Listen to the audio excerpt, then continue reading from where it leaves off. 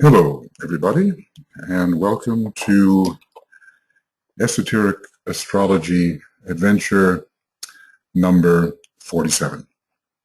I think that's right. I hope it's right. We have been speaking of Aries and its relation to various signs via its rulers, either Mars, in relating it to Scorpio, or Mercury, relating it to Virgo. And there are various crises which are connected with the signs. Scorpio, the crisis of the battlefield, also found referenced on Esoteric Astrology, page 472, where I think some 9 crises are listed. And the crisis of the birthplace. Okay, and we were just discussing that in relation to Mercury and Virgo. We were talking about signs involved in the first initiation. Virgo, Leo, and Capricorn are all involved in that, though there is kind of a progression given in this crisis of the birthplace. The whole lengthy gestation period is ruled by Virgo. This is said to be brought about by the activity of Mercury, which is associated with the divine sun. We are interested in the birth of the second aspect, the consciousness, the Son of God, and we find ourselves entering the world of material enterprise. Let matter reign, it is said in Virgo. This leads eventually to individualization or rather, growing individuality in Leo, and finally to the birth of the Christ in Capricorn. Though each one of these signs, Leo, Virgo, and Capricorn, can be associated with the birth of the Christ. But DK makes the series sequential, from Virgo through Leo through Capricorn. Though Capricorn and Virgo are both very much involved in the birth process. Leo is involved more in the recognition of the higher self, the second level of Leo, ruled by the heart of the sun and stimulated by Neptune, which is the repository of the solar flames and a planet which seems to stimulate the Christ consciousness within the disciple. The self-conscious individual in Leo becomes the Christ-conscious initiate in Capricorn. He becomes aware of soul relations and of a type of intimacy based on shared consciousness. This is different from the apparent distinction that exists between individuals based upon their apparently distinct forms. Distinct forms versus shared consciousness, perhaps relating to the mystery of the soul, which is ruled by Capricorn. That's where we came to approximately. We have another crisis, which one of the rulers of Aries connects with another sign.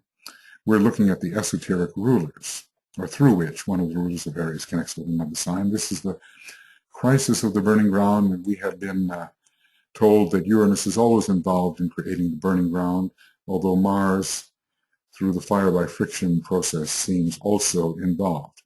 Uranus is connected, we're told, with the final burning ground, but it also seems generically to connect with burning ground processes which are very transformative and seem to restore a human being more to his authentic identity or archetype, when all the dross and the imperfect conditioned relationships are burned away and the energy thus released.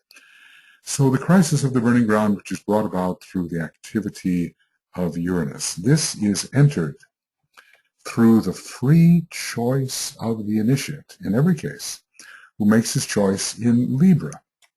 Maybe for every burning ground, there may be a kind of Libran choice which precedes it, but the final burning ground has been definite. Perhaps for every burning ground, there is a choice involved. Okay, the choice is made in Libra, whether or not to enter that burning ground, because the candidate for initiation knows somewhat what lies ahead, although perhaps not the fullness of the experience. Otherwise, he might be, some might be reticent, hesitant to enter. They make their choice in Libra, free choice. The freedom of choice comes in relation to Uranus. Uranus is the planet of freedom, and even in relation to Saturn. Saturn is the planet of choice. Libra is the sign of choice. Uranus is the planet of freedom. So the idea of free choice just occurs to me perhaps for the first time. He is very much concerned with Uranus in Libra. Uranus in Libra is involved with what is called the reversal of the wheel. So at those several points along the evolutionary path where it can be said that the wheel is in process of being reversed, Uranus in relation to Libra can be important. This is the point of balance where usually the moment for the reversal of the wheel takes place. Now, as I said, there may be more than one reversal, or at least the beginning of the process of reversal seems to occur during the fifth petal process, where a person can deliberately become an aspirant to the mysteries of initiation. But the final moment of reversal seems to be a moment between the second and third initiations, which very much involves choice in the desert.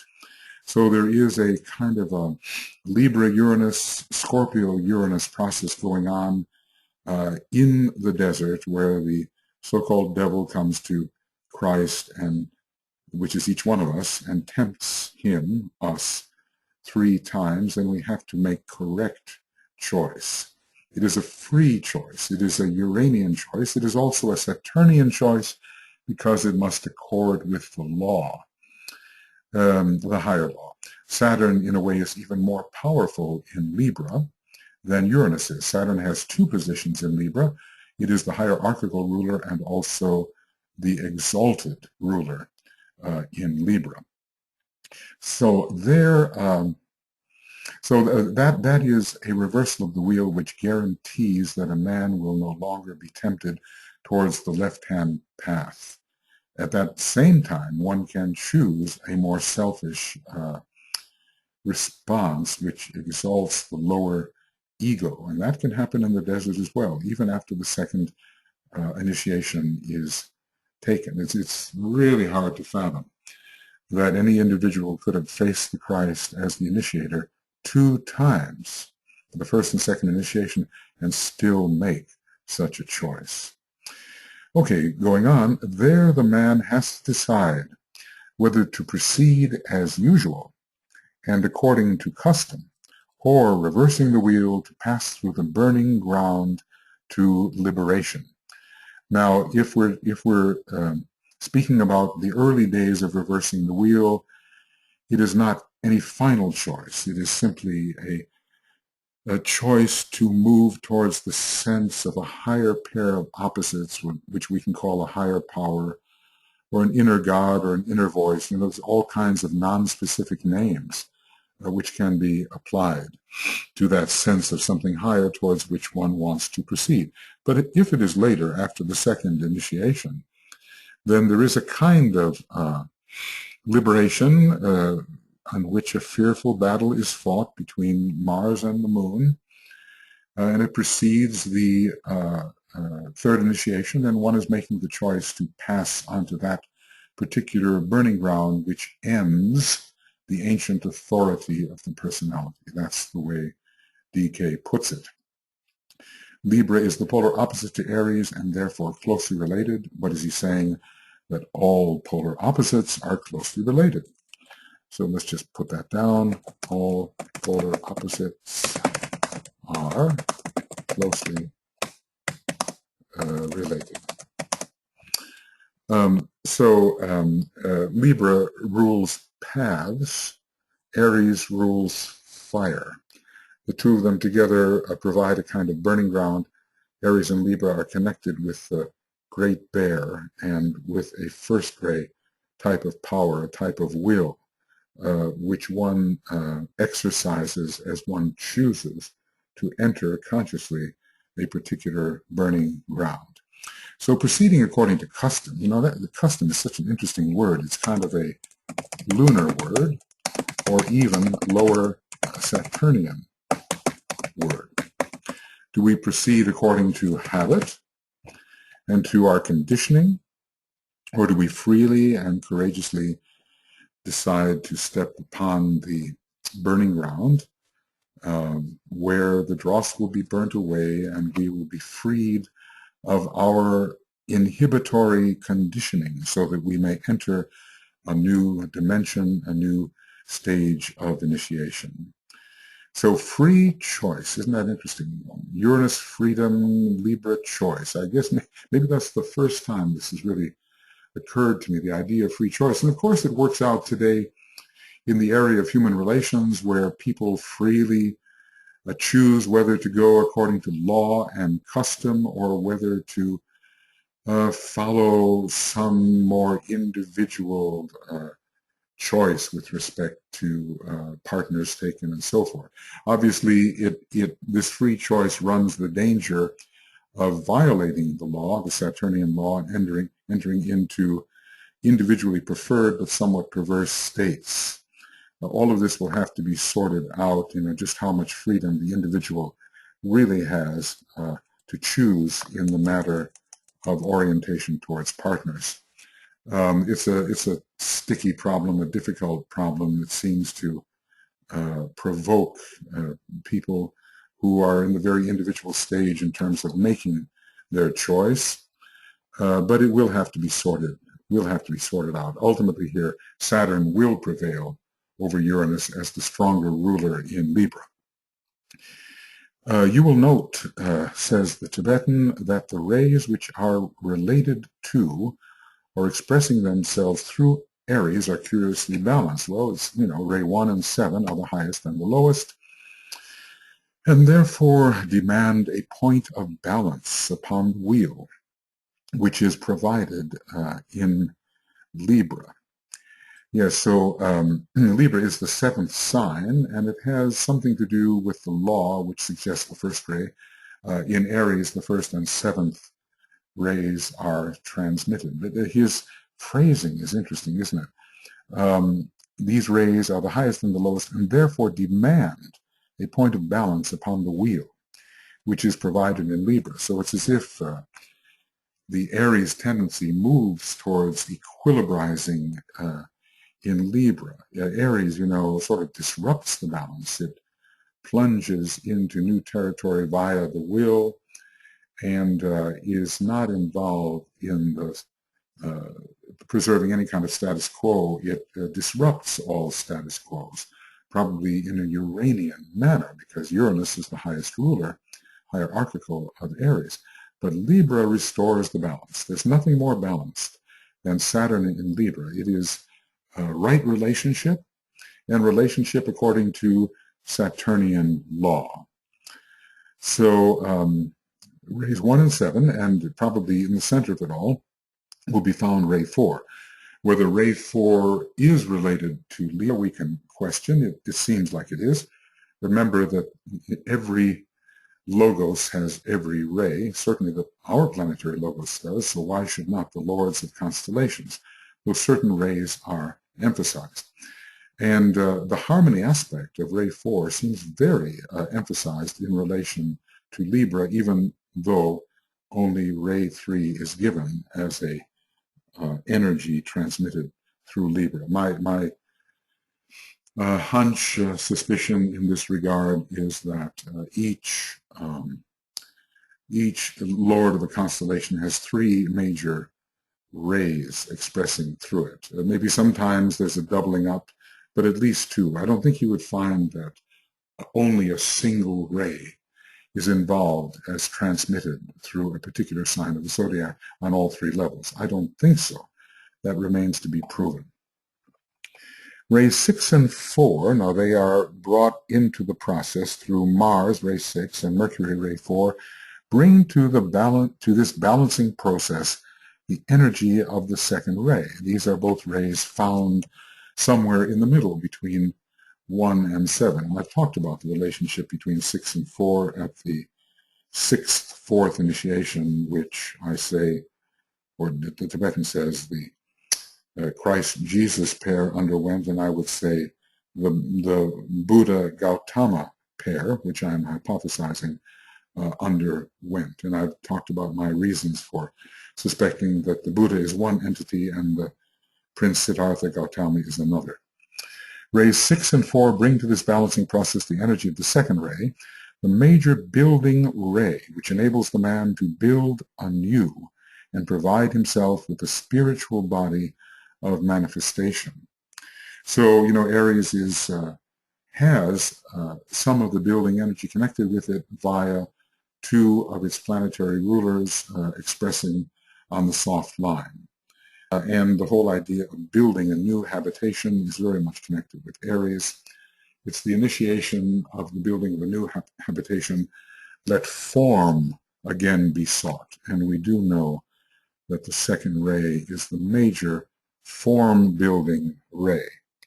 These lords of the constellations, they have ways of balancing their expression. We know so very little about them. We know very little about our own planetary logos. And we must infer the rays of the other planetary logoi, though DK has given us certain hints. And what about the solar logoi? And then the lords of the constellations. So we know relatively so little about these great lives, but we're getting some idea of how they operate, what qualities they produce, and what are the rays which allow them to produce those qualities. I would also call your attention to the fact that through Uranus, Aries is related to Aquarius. I do believe he has begun to say that. Also, Aries is related to Leo, whose veiled hierarchical ruler is Uranus. And let's see, Aries would be related to Scorpio via the exalted Uranus in Scorpio. Let's see, what am I forgetting?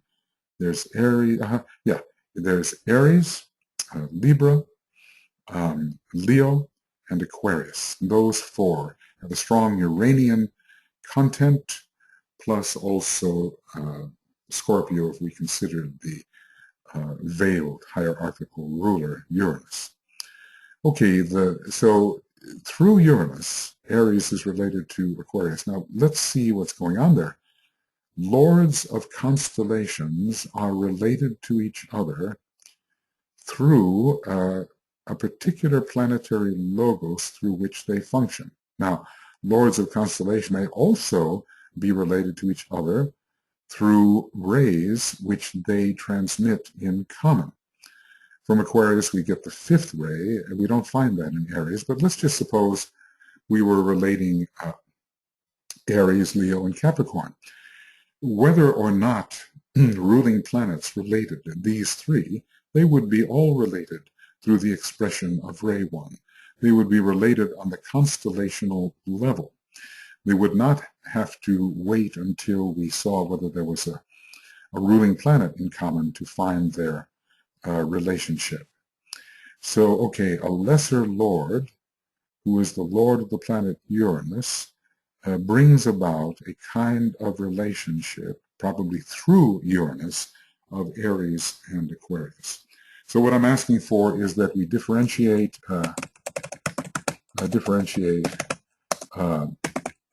constellations related to each other on their own level, or related to each other through a shared ruler, like Uranus in this case. The vague beginnings in Aries,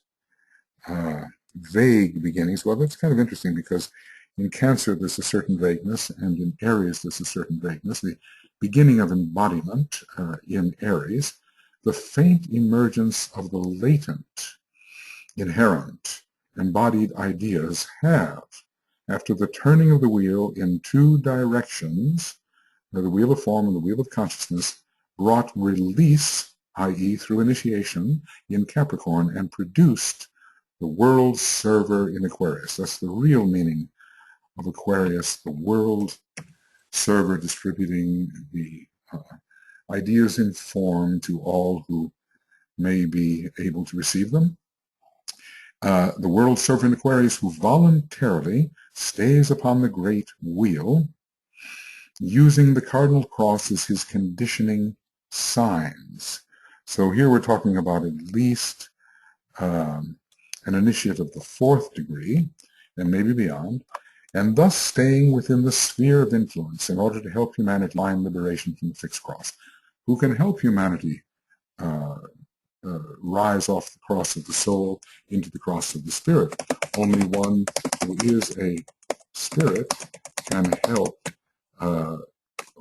another find liberation from the cross of the soul. That's how we look at the fixed cross. Now he's this world server, in perhaps having the last necessary incarnation, is using the cardinal cross as his conditioning signs, So DK will describe what this means for us by giving keynotes for the main cardinal signs. Initiation, manifestation, legislation, and so forth. So let's take a look at this. The vagueness. I want to talk about the vagueness in Aries for a moment. And I want to do that by moving to the idea of a certain type of light, which is found in relation to Aries. 329 or so, Aries gives us the light of life itself. Remember, we're talking about vagueness, inchoate beginnings, things that are nowhere near as definite as they will become in that great sign of definition, Capricorn. The light of life itself. This is the dim point of light found at the center of the cycle of manifestation, faint and flickering. It is the searchlight of the Logos seeking that which can be used for divine expression. In other words, looking out for the material that can be gathered into relationship and into form in the forthcoming signs of greater densification. So there is a vagueness involved here, yes, at first, or let's call them inchoate beginnings. Inchoate beginnings. So we cannot expect from the Aries mentality or way of proceeding that type of definition in form which we can expect from such a sign as Capricorn. So, it takes a while to get off the fixed cross and to mount the cardinal cross.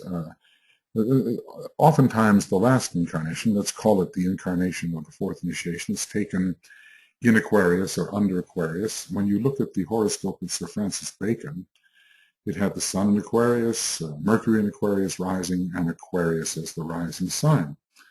So it had a great deal of this Aquarian energy. And was that a 4th initiation incarnation? Certainly it was no less than that, because Francis Bacon went on as Master R to become a 5th degree initiate of the Lord of Civilization. Later, he went on to achieve the 6th degree. We don't know when, but as the Mahachohan, present Mahachohan, he certainly would have had to achieve the 6th degree, because you can't be a Chohan without achieving the 6th degree. So perhaps from the time he was Francis Bacon to the year 1925 or so, when it was basically stated that he was the new Mahachohan, we see the progress from the 4th through the 5th to the 6th degree. All of that is the business of the masters. One knowledgeable student of occultism shared with me his opinion that at the time that Master Morya temporarily took over Master Kutumi's students, Master Kutumi had to go away for a certain purpose, and it was to achieve the 6th degree or Chohanship. None of this is mentioned in the books per se, but this individual seemed to have a pretty good understanding of what that process was. Okay, moving on. Okay, from faint emergence of latent embodied ideas. I guess it's up to every Aries individual to make those ideas increasingly tangible and concrete. And I would say that the seventh ray helps with that. And eventually, when one is a true initiate in Aries, the precipitating power of Uranus under the seventh ray would help to make the latent embodied ideas far more definite and applied in the worlds of form.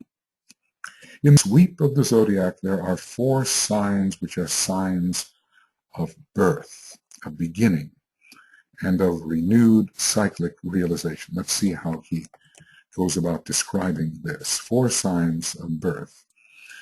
Aries, the birthplace of divine ideas, not just any old thoughts, but of ideas which are truly coming from the cosmic ethers, where we can say that divinity begins. When we think about the lower 3 subplanes of the cosmic physical plane, they are the dense physical body of the solar logos, and they are no longer principled in the usual sense. They do not have to do particularly with the new regime in the second major solar system.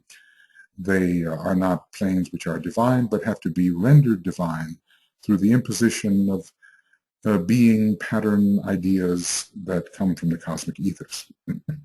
So, Aries, the birthplace of divine ideas, that relates it to the Buddhic plane, doesn't it? Okay, let's just say relating Aries to the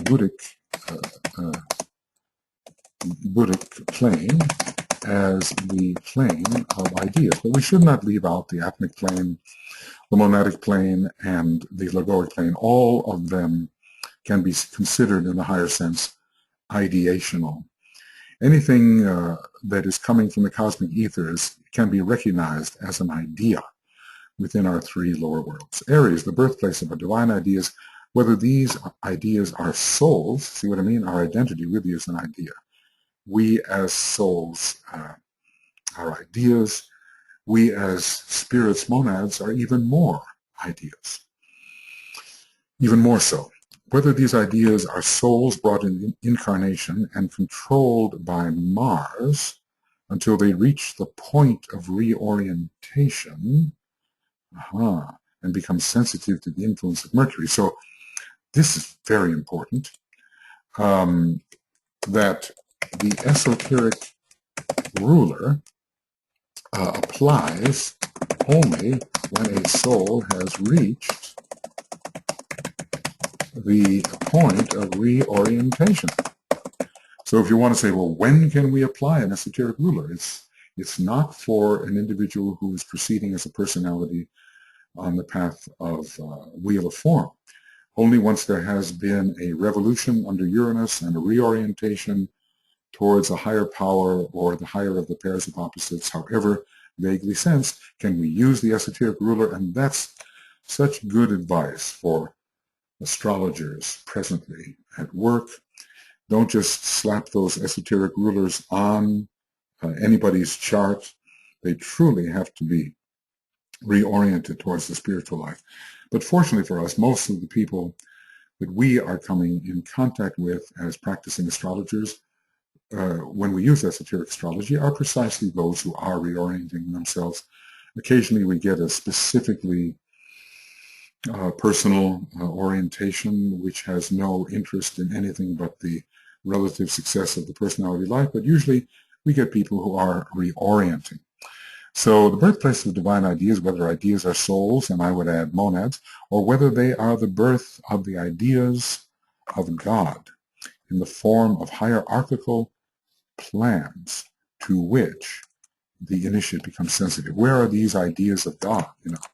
Ideas of God found perhaps on the logoic plane. Oh, that's a lunar petri. That won't work. Logoic plane, on the logoic plane. See, I have these little codes which help me type certain frequently found combinations of words more quickly. The trouble is that they sometimes type those words where they're not wanted. Okay, so the ideas of God from the logoic plane, the true causal plane of the cosmic physical plane, the true world of causes. World of causes is the logoic plane. World of being, if you can differentiate these things somewhat, you can. World of being, the monadic plane. World of significance is the triadal levels. The world of meaning takes place on the mental levels involving the higher mental plane particularly. And then after that, we get into the world of forms.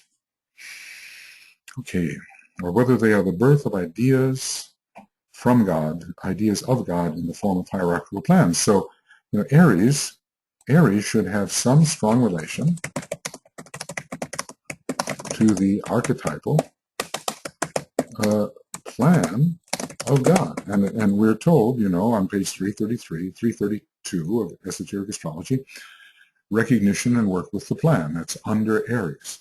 So Aries is very good at noticing which ideas are emerging from the mind of God for a timely expression. So Aries and the recognition of emerging ideas. Aries and the recognition of emerging ideas. The ideas are already there. It's just a question of their timely emerging according to the plan. In the purpose, they are all there simultaneously, but we need a timed release of the aspects of purpose through the plan. So in a way, we need the release of Uranus, which is purpose, through Saturn, which is plan. Okay, hierarchical plans to which the initiate has become sensitive. So every Aries person should be asking himself, what is emerging, what is coming? Can we say that the ideas are being born? Well, they're being born in human consciousness. They already have their existence on these higher planes. But when you seize upon an idea, it is as if it is being born in your consciousness. So the birthplace of ideas. When ideas are present all together in the realm of purpose, can they be said to be born? Well, they're only born as they emerge at the right time, according to plan. And that emergence into the 5 lower worlds, perhaps emergence onto the atmic plane where the will gets behind them, that is called the birth of an idea. But really the idea was already there. It just, depends on what is the dimension into which the idea is being born or in which it appears. All right, so, many digressions, but there are 4 signs which are signs of birth. So Aries is one of them. And now we come to Cancer, another cardinal sign, the birthplace into the life of form. What is an inchoate idea, fairly vague, non-specific, non-delineated, receives a very definite kind of form under the moon, or the forces that represent the moon, particularly perhaps in this case Vulcan, in the sign Cancer. The birthplace into the life of form, the door into physical incarnation. So Cancer, in a way, it's a sign of imprisonment because activity in form is imprisonment, a sign of imprisonment. Yes, maybe P-R-I-S-O, imprisonment, yes. Physical incarnation, a more definite and contained form, a definite ring pass knot. A definite ring pass knot is created because when you think about ideas otherwise, ideas are omnipresent. In the Buddhic worlds, what is the location of an idea? It's everywhere to be grasped once it reaches the cosmic ethers. But when you're talking about the birthplace of an idea or a soul into form, it takes on a definite time-space relationship. The time in Saturn in Cancer is a freezing of time, and the 7th ray in Cancer gives a definite spatial relationship for these ideas. A definite form is the container of the idea. Cancer is the sign of all containers. So this Cancer is the sign in which humanity as a whole, integrated unit, is born. He's saying it again. He's saying that we come into incarnation as humanity in Cancer and individually in Pisces. You know, there are mixed references on this, but I've shown you already some of them, and this is another one. Humanity as a whole integrated unit, the fourth kingdom of nature, is born into form in this sign. It probably didn't occur in some month in which Cancer was available. It probably occurred in relation to a zodiacal period, a precessional age of some 2,000 plus years, even 2,500 years. Probably at that time, humanity was born. And even, you know, we don't know, could it have been a period of 25,000 years ruled by the sign Cancer, a Platonic year ruled by the sign Cancer. So anyway, this is the sign in which humanity as a whole, not as an individual, but as a whole integrated unit, is born. The scene of the emergence of the fourth kingdom in nature. Without the sign Cancer, we do not have the definite emergence of the fourth kingdom in nature. There must be a form upon the physical plane through which this birth of self-consciousness can occur. The self-consciousness is found in Leo. It takes maybe 3 million years until a man comes to himself and realizes that he has been born as an individual unit, but the beginning of that is Leo. So Leo and Cancer are very necessary for putting consciousness and form together. Humanity has emerged from rock and water and begins its habitation with it, as the old commentary expresses it, and mass instinctual consciousness comes into being. Well, perhaps rock is the moon, and Neptune is the water, although the moon is also associated with the water. So let's look at two rulers, Moon and Neptune. Now, the moon is, of the 5 non-sacred planets, the moon is definitely associated with that outer shell, which can be considered the densest level of man, and thus the rock. Neptune is the water. Humanity emerged from rock. It has a mineral component and has an astral component, and brings its habitation with it, just like the crab does. Okay, so humanity at first is a physical, emotional being with a very, very latent mind, just as the crab does. Whoops. Okay, let's see what we have here. Just as the crab does, and I'll make that all red so that we have a little clearer delineation of what is commentary and what is actually stated by the Tibetan. So at first, you know, humanity is not an intelligent being. As a matter of fact, animal man had rock and water. It had the dense physical vehicle. It had the sentient vehicle, just like animals have the sentient vehicle, though that sentient vehicle is completely tied to the instinctual nature, and is for a long time for animal man. But then in comes the thinking principle with the fourth kingdom of nature. And let's just say the fourth kingdom of nature and the thinking principle of Mercury are all related. Fourth, okay, I don't know why this is happening. I want there to be only one thing. Only one thing. So fourth kingdom of nature. Fourth kingdom of nature emerges with Mercury representing mind and the number 4. So there now can be a relationship between the soul and the form, and the mind emerges as the mediating principle. Okay, humanity has emerged from rock and water and brings its habitation with it. Humanity is, in a way, the moving crab, moving upon the land, moving upon or within the water, and growing more intelligent through Mercury and Venus as time elapses due to the individualization process. Okay, so that is another sign of birth. It is birth into form.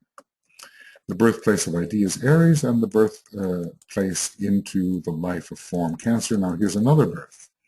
I'm very surprised that Virgo is not listed as a sign of birth. Is it simply listed as the sign in which the lengthy gestation process occurs and not the birth? There's a little ambiguity there, because it is said of Virgo, I am the mother and child, my God, I matter am, and the whole idea of the birth labor seems associated with Virgo. So I'm surprised to see it not listed here, but the Tibetan, of course, will have his own reasons. Okay, Leo is the birthplace of the individual. This is not the same as the birthplace of the original idea or the birthplace of the soul into form. It is the individualization process and the increasing sense of individuality which is nurtured through successive incarnations in Leo. In other words, the sense of oneself as a center is greatly strengthened. Leo, the birthplace of the individual, the coming into form of individual self-conscious man. Now, at first, he is not that. The self-consciousness may be there on the inner planes, but it has not worked itself out into the consciousness as we have been told in that section concerning the arrows which shot forth from the bow. Early individualization, as we have been told. Well, let me just review that. The arrows, let's say, arrows. How many arrows can there be? Here is, oh, goodness, let's just try bow and bow. Here it is. Whoops, the bow and arrow. No, it isn't. Maybe I'm in the wrong book. Yes, I am. It's a treatise on white magic. That's where that thing is found. Yes, there's only one, and there it is. The sons of God shot forth like arrows from the bow. The forms received the impulse. The forms received the impulse, and lo, a God was born. And this is the important point. The tiny babe knew not the great event. So the tiny babe is the tiny consciousness which doesn't know that it has become an individual center of consciousness. This took place 21 million years ago. Cycles passed, whatever kind of cycles, and when at a later date the sun was in Leo, approximately 18 million years ago, the first instances of coordination between brain and mind took place, and the human being was definitely self-conscious. He knew himself as a center.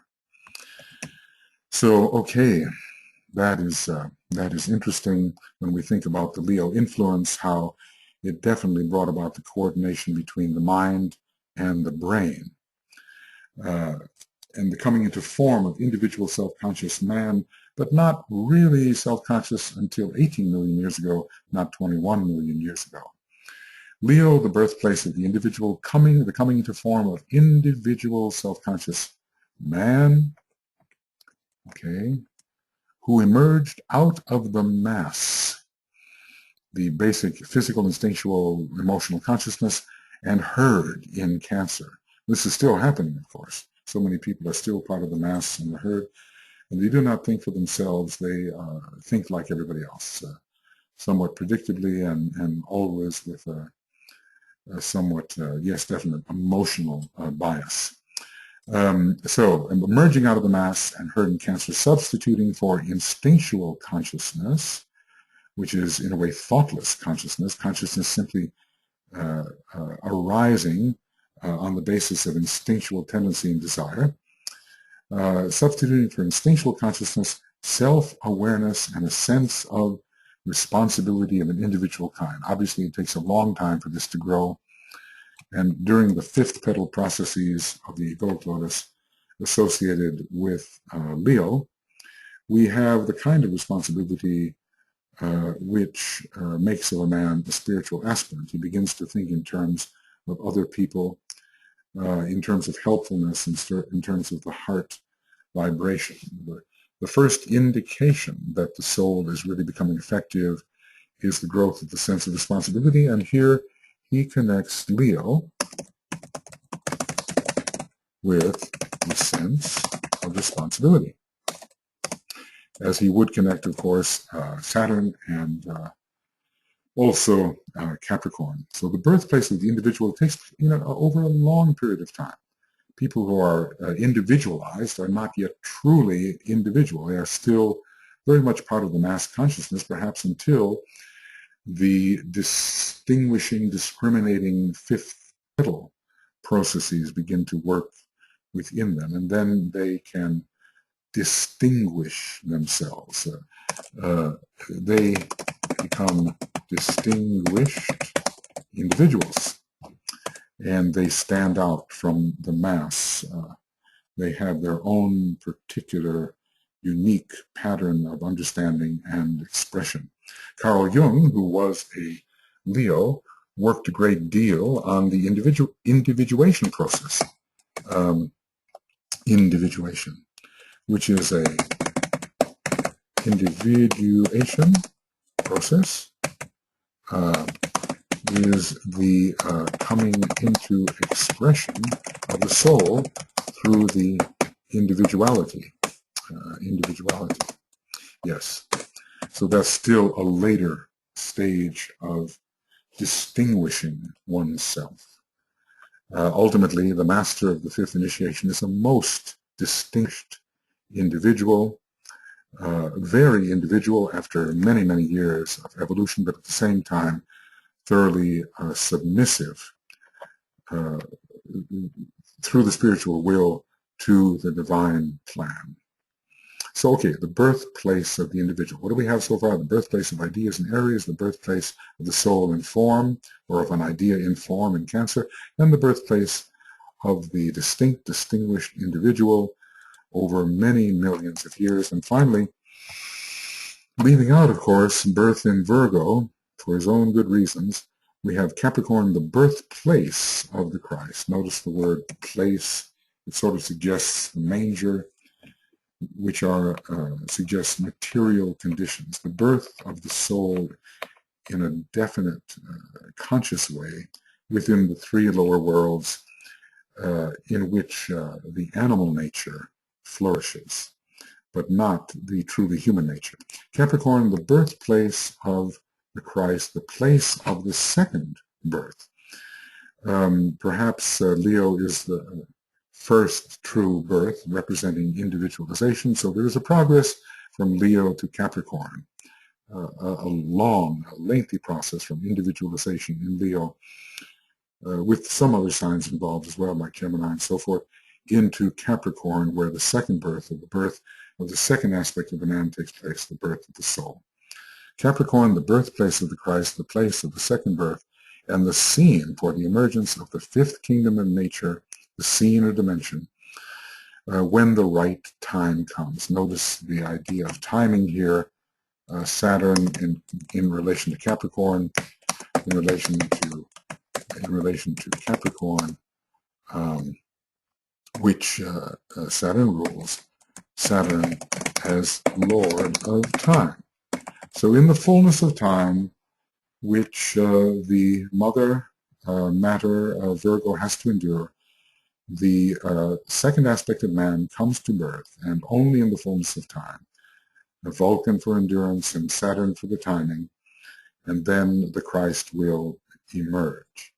This is not necessarily the same as being born again in the classical religious sense. That may simply be an emotional reorientation towards the higher self, the sensing of the Christ, but the true Christ being born as a major motivating factor in the consciousness of the human being, that takes place more at the time of the first initiation, which may be quite a number of lives after that emotional reorientation towards a kind of higher self or higher power.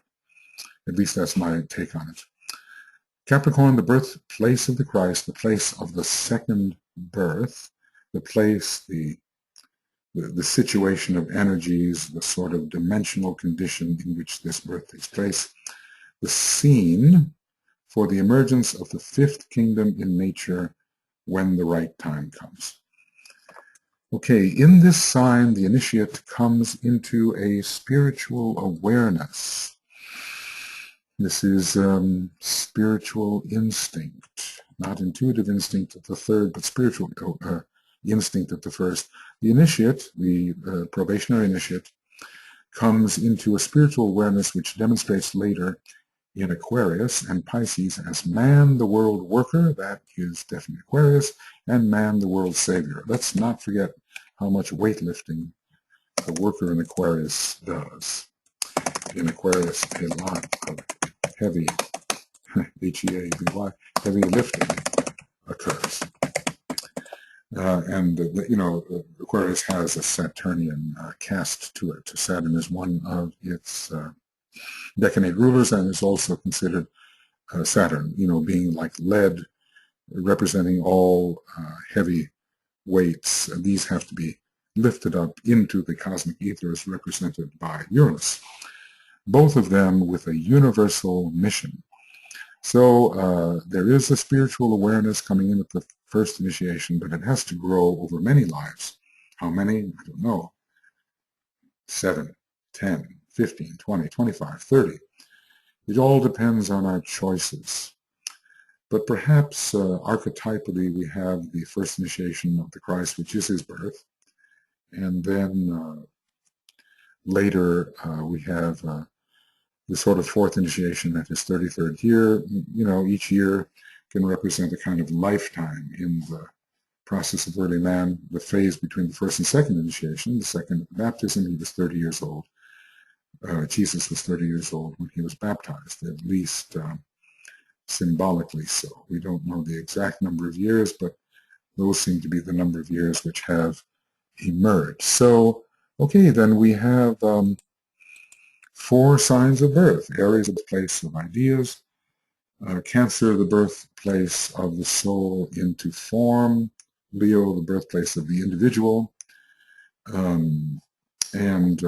We have Capricorn, the birthplace of the Christ, or the second aspect, the consciousness aspect in man. The Christ consciousness being born in man incipiently at the first degree and flowering fully in the fully developed master, who is somehow able to express soul or triad fully, able to express the Christ consciousness fully. He is the fully unfolded flower of the evolutionary process. And then we move on to Chohanship, which is already something new and different.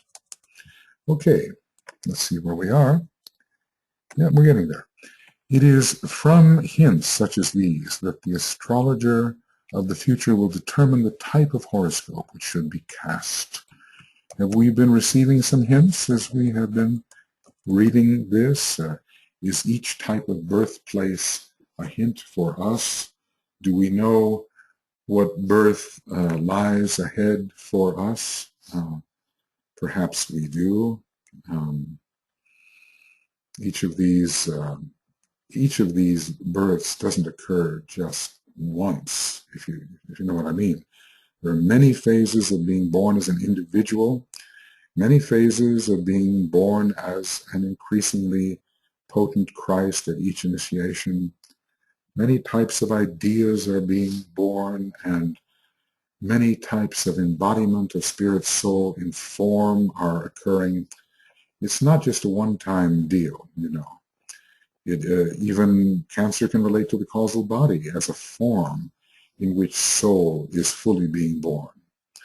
So we can trace each of these kinds of births over a period of time, and we can see the ones in which we are maybe involved. All of us are an idea, especially as a monad. We're trying to express that more and more fully. All of us have successive forms in which our higher aspects are trying to express. We can develop those forms over time. All of us are moving towards mastership through our individuality, the I that is I, the I that is we, the I that is I am, that I am. All of those are Leonian birth processes, and all of us are taking various initiations in which the Christ is more and more unfolded. So I think we can see how each of these births extends over time and is not just a one-time process. It is from hints such as these that the astrologer of the future will determine the type of horoscope which should be cast. In other words, are we going around the wheel of form as a ordinary individual without real spiritual aspiration, without a sense of the higher of the pairs of opposites? Or are we, in fact, going around the wheel of consciousness counterclockwise? And do we have the sense of relating to the higher of the pairs of opposites? And do we want to, through meditation and service and study, come into relationship with that higher of the pairs of opposites, which is our truer self? Two questions will then arise requiring reasoned responses. Okay, well, maybe I just have a moment to read this, and then we'll deal with it later in number 47. Or is this 47? I'm getting a little possibly confused here. Yes, this is 47. This is 47. Okay.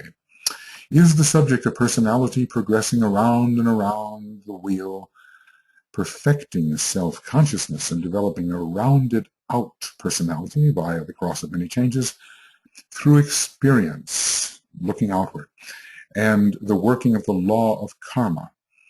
That is 7. Subject to the great illusion of the 3 lower planes, and arriving eventually at the height of personality ambition in Capricorn. In other words, are we going from Aries backwards, as it were, through to Capricorn, climaxing a life of personality ambition? Or is this person beginning to manifest as a soul? Notice that the people with whom we come in contact are probably beginning to manifest as souls and are not full souls in complete expression, third degree initiates and beyond. Or is this person beginning to manifest as a soul, pouring light through the dense fogs of illusion and preparing for the major tests in Scorpio, to be followed by initiation in Capricorn? So this is the person proceeding counterclockwise, and this is proceeding clockwise. And, that's the fundamental judgment we have to make. Now, we are mostly blessed as people studying esoteric astrology to be surrounded by people who have some degree of spiritual aspiration and can be at least beginning to manifest as a soul, in which case, when the point of reorientation comes, the esoteric rulers can at least be held up as an ideal or an objective. Right, so we are now at the end of EAA 47 pages. Oops, there's one example. Let's call it pages. Where were we? 103. So we went from 101 to 103. We're pretty much doing about 2 pages at a time with all the digressions. But I've been told by some that they prefer my digressions to my teaching. So, okay, maybe that's the way it goes. Now we will, together, as always, do the great invocation. Yes.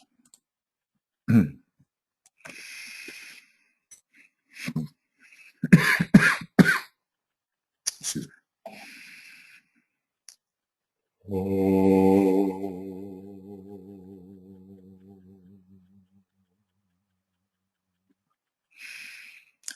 From the point of light within the mind of God, let light stream forth into the minds of men, let light descend on earth. From the point of love within the heart of God, let love stream forth into the hearts of men, may Christ return to earth. From the center where the will of God is known, let purpose guide the little wills of men, the purpose which the masters know and serve. From the center which we call the race of men, let the plan of love and light work out, and may it seal the door where evil dwells. Let light and love and power restore the plan on earth.